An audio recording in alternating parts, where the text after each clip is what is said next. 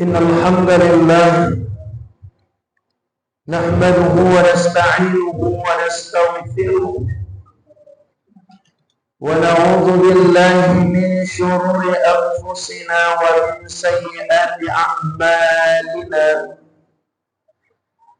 من يهده الله فلا مضل له ومن يضلله فلا هادي له. أشهد أن لا إله إلا الله وحده لا شريك له وأشهد أن سيدنا محمدا عبده ورسوله الذي لا نبي بعده. اللهم صل وسلم وبارك على رسولك الكريم نبيك الأمين سيدنا محمد وعلى آله وأصحابه وأمته إلى يوم الدين. أما بعد فيا أيها الحاضرون أوصيكم وإياي بتقوى الله فقد فاز المتقون. قال الله تعالى في كتابه الكريم وهو أصدق القائلين: أعوذ بالله من الشيطان الرجيم. بسم الله الرحمن الرحيم. يا أيها الذين آمنوا اتقوا الله حق تقاته ولا تموتن إلا وأنتم مسلمون. صدق الله العظيم وصدق رسوله النبي الكريم ونحن على ذلك من الشاهدين والشاكرين والحمد لله رب العالمين. Hadirin jamaah salat Jumat yang dimuliakan oleh Allah Subhanahu wa taala. Bersyukur kita kepada Allah tentunya dengan memperbanyak kalimat tahmid. Alhamdulillahi rabbil alamin. Karena sampai hari ini Allah masih menitipkan kepada kita nikmat iman dan Islam, nikmat sehat dan sempat sehingga kita dapat kembali berkumpul melaksanakan kebutuhan kita sebagai seorang hamba, yaitu salat Jumat berjamaah. Salawat dan salam kita hadiahkan kepada ruh junjungan alam baginda Nabi besar Muhammad sallallahu alaihi wasallam. Allahumma salli wa sallim wa barik alaihi. Mudah-mudahan salawat dan salam yang selalu kita ucap, kita perbanyak, kita hadiahkan kepada ruh Rasulullah berbuah syafaat nantinya. Amin amin ya rabbal alamin. Hadirin jamaah salat Jumat yang dimuliakan oleh Allah Subhanahu wa taala. Mengawali khutbah Jumat di siang hari yang berbahagia ini, saya ingin mengutip satu ungkapan ulama yang bernama Imam Al-Ghazali. Imam Al-Ghazali ini punya kitab, judul kitabnya Ihya Ulumuddin. Kitab Ihya Ulumuddin ini disarah lagi di dalam satu kitab, judulnya Ittihafus Sadatil Muttaqin. Apa yang beliau katakan di dalam kitabnya? Tidak akan pernah berterima amal ibadah seseorang hamba di hadapan Allah Subhanahu wa taala sebelum dia melaksanakan amal ibadah tersebut dicukupkannya dengan 3 hal. Apa itu? 1. Ada istilah wajib qoblal wajib. Ada yang wajib sebelum yang wajib. Apa dia? Dia adalah al-ilmu. Dia adalah ilmu. Maka ada yang lebih wajib sebelum yang wajib, yaitu ilmu pengetahuan tentang amal ibadah yang sedang kita kerjakan. Salat itu wajib, Tapi ada yang lebih wajib sebelum sholat, yaitu belajar tentang sholat. Haji itu wajib, tapi ada yang lebih wajib sebelum haji, yaitu belajar tentang haji. Puasa itu wajib, tapi ada yang lebih wajib sebelum kita menunaikan puasa, yaitu belajar ilmu tentang puasa. Maka hadirin jamaah sholat Jumat yang dimuliakan oleh Allah Subhanahu wa Ta'ala, di dalam kitab ini dijelaskan bahwasanya ilmu pengetahuan itu adalah tolak ukur barometer berterima atau tidaknya amal ibadah kita di hadapan Allah Subhanahu wa Ta'ala. Maka dalam qawaid tasawuf dikatakan, al-ilmu bila amalin kawasiyatin bila ghayah wa amalin bila ilmin jinayah. Orang yang punya ilmu tapi tak mau beribadah seperti orang yang jalan tanpa tujuan. Dan orang yang beramal ibadah tanpa ilmu pengetahuan adalah sebuah kesalahan. Sekarang ini banyak kita tengok praktek kehidupan manusia dalam melaksanakan ibadah tanpa didasari ilmu pengetahuan. Baru-baru ini terjadi di negara kita. Kira-kira sebulan yang lalu, dari tanggal 3 sampai 6 September, dikabarkan di televisi ada seorang pimpinan agama lain, sekaligus pimpinan negara paling kecil di dunia ini, namanya Paus Fransiskus. Datang dia ke Indonesia, dibuatlah agenda kehadirannya dari tanggal 3 sampai 6 September. Apa saja kegiatannya? Pertama, dia datang ke Dubes Vatikan. Besoknya dia berjumpa dengan Presiden. Besoknya lagi dia berkunjung ke Masjid Istiqlal. Hingga puncak kehadirannya datang ke Indonesia adalah melaksanakan ibadah misa terbesar di Gelora Bung Karno, Jakarta. Di mana letak kesalahannya? Salah Paus Fransiskus datang ke Indonesia? Tidak. Salah Paus Fransiskus jumpa Presiden? Tidak. Salah rupanya Paus Fransiskus berkunjung ke Masjid Istiqlal? Tidak. Salah rupanya Paus Fransiskus melaksanakan ibadah misa di Gelora Bung Karno, Jakarta sana? Tidak. Tapi di mana letak kesalahannya? Ketika Paus Fransiskus memimpin ibadah misa terbesar di Gelora Bung Karno sana, keluar surat edaran dari Kementerian Informasi dan Komunikasi yang disetujui oleh Kementerian Agama Republik Indonesia. Apa isi suratnya? Selama Paus Fransiskus memimpin ibadah misa di Gelora Bung Karno, Jakarta sana, maka masjid-masjid yang berada di sekitarnya tidak dibolehkan untuk mengumandangkan azan. Masjid-masjid yang berada di sekitarnya boleh menunjukkan waktu masuknya sholat hanya dengan running text saja. Disinilah letak kesalahannya. Apa ibadah yang mau dibuat? Toleransi. Tapi toleransi yang tak didasari ilmu pengetahuan. Bagaimana konsep toleransi dalam Islam? Bagaimana Islam itu menjunjung tinggi yang namanya toleransi? Mereka tak pelajari, maka terjadi kesalahan-kesalahan. Siapa yang salah? Pausnya? Bukan. Pemerintahan Indonesia lah yang melakukan kesalahan itu. Paling tidak, kata hadirin, konsep toleransi secara umum kita tahu lakum dinukum waliyadin. Untukmu agamamu, untukku agamaku. Apa yang menurut kau betul, kau kerjakanlah, tak kami salah-salahkan.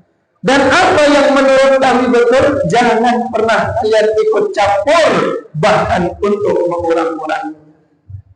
Semalam umat Islamnya dah bagus. Gak ada yang melarang orang beribadah, gak ada yang merusuhi mereka ibadah. Tapi kenapa harus ada salah satu syariat dalam agama Islam yang mereka kurang-kurangi demi menjunjung tinggi amal ibadah yang mereka sedang kerjakan? Maka hadirin jamaah sholat Jumat yang dimuliakan oleh Allah Subhanahu wa Ta'ala, kalau kita lihat belakangan ini, yang namanya ilmu pengetahuan itu sudah mulai hilang dari peredaran, khususnya ilmu-ilmu agama yang menanamkan moral-moral baik kepada anak-anak kita. Ini pun sudah mulai hilang, bermusnahan. Contohnya banyak. Kita lihat di televisi. Baru-baru ini kejadian yang terjadi rata-rata sebabnya di dunia pendidikan. Baru-baru ini dikabarkan di televisi 4 orang anak SMP memperkosa satu kawan SMP-nya hingga meninggal dunia. Jenazahnya mereka campakkan ke kuburan. Ini dah membuat kita miris hari ini. Anak SMP sudah tahu membunuh, anak SMP sudah tahu memperkosa, anak SMP sudah tahu menghilangkan jejak kejahatan. Baru-baru ini juga viral di televisi. Madrasah Aliyah Negeri 1 Gorontalo, gurunya dengan anak muridnya berbuat asusila di lingkungan sekolah. Dunia pendidikan dah tak bisa lagi kita taruhkan harapan 100% untuk menanamkan moral-moral kebaikan kepada anak-anak kita. 2, 3, 4 hari yang lalu viral lagi di media sosial. Ada satu yayasan panti asuhan yang direkrutnya banyak anak yatim piatu masuk ke dalamnya. Rupanya pun anak-anak yatim yang dimasukkan ke yayasan itu tak lain tak bukan hanya menjadi korban sodom dari perilaku binatang ketua yayasan.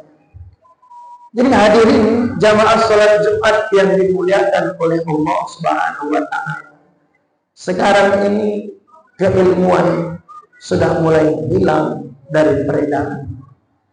Adapun ilmu yang kita paham, tapi sedikit kali yang dapat mengamalkan. Khususnya di kota Binjai. Binjai ini katanya kota para ulama. Binjai ini katanya kota yang religius. Tapi melihat kehidupan praktek masyarakat kita hari ini membuat kita sedih. Katanya Binjai ini kota para ulama. Katanya Binjai ini kota yang religius. Dibangun Masjid Al-Fatih begitu besar untuk menunjukkan orang Binjai paham agama. Tapi nyatanya hadirin, setiap malam kita lihat tanah lapang di taman remaja yang duduk, lihatlah bagaimana perilaku dan tabiat anak-anak muda kita. Setiap hari Minggu pagi ada namanya takbir orang Binjai olahraga di tanah lapang. Lihatlah bagaimana bentuk dan pakaiannya. Tiap malam kita lewat kaget pasar kaget Binjai, lihatlah bagaimana perempuan dan laki-laki tak batasan menggunakan pakaian yang terbuka. Bahkan sekarang perempuan-perempuan di Binjai tak ada lagi malunya untuk menghisap yang namanya rokok di pinggiran jalan sana. Ini yang menjadi pemikiran untuk kita semua.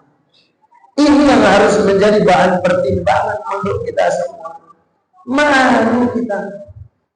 Tak bisa kita mendidik anak-anak kita. Maka hadirin jamaah sholat Jumat yang dimuliakan oleh Allah Subhanahu wa Ta'ala, keilmuan begitu penting dalam kehidupan kita, baik menjadi barometer berterima amal ibadah kita ke depannya, ataupun menjadikan anak-anak kita menjadi anak yang ingat untuk berdoa kepada orang tuanya.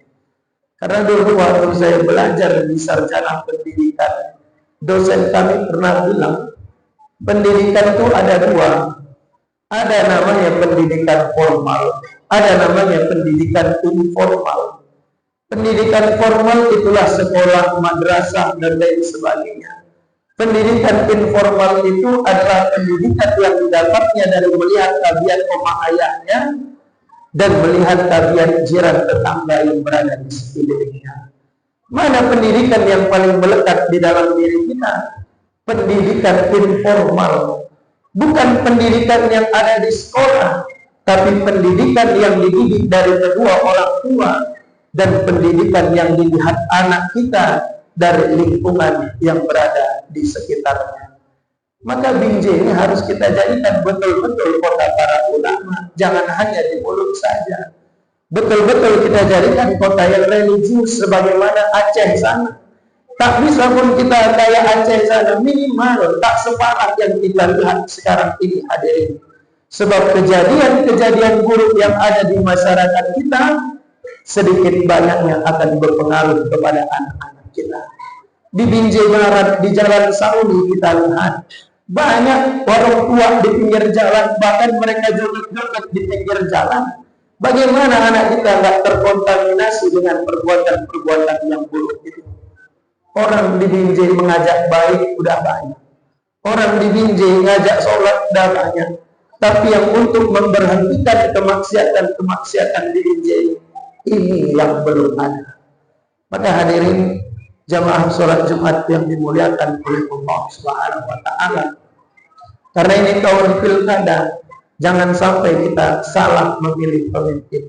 Betul-betul renungkan, betul-betul kita hayati mana pemimpin-pemimpin yang memang bisa memberantas kemungkaran.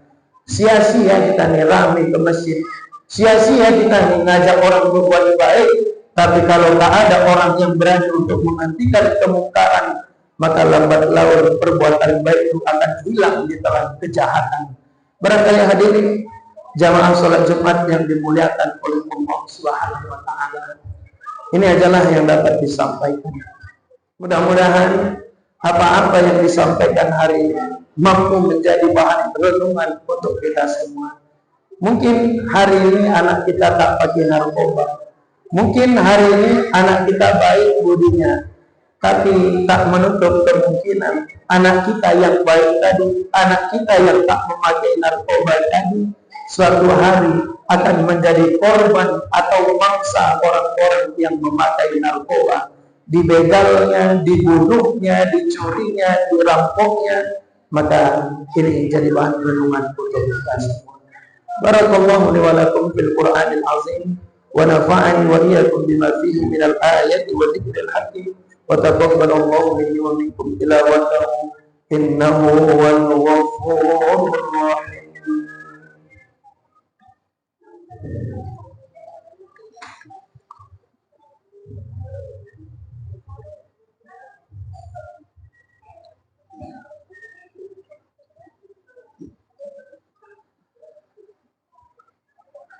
Alhamdulillahilladzi khalaqal insana fi ahsani taqwim وهداهم إلى صراط مستقيم لا يكون من أهل جنات النعيم.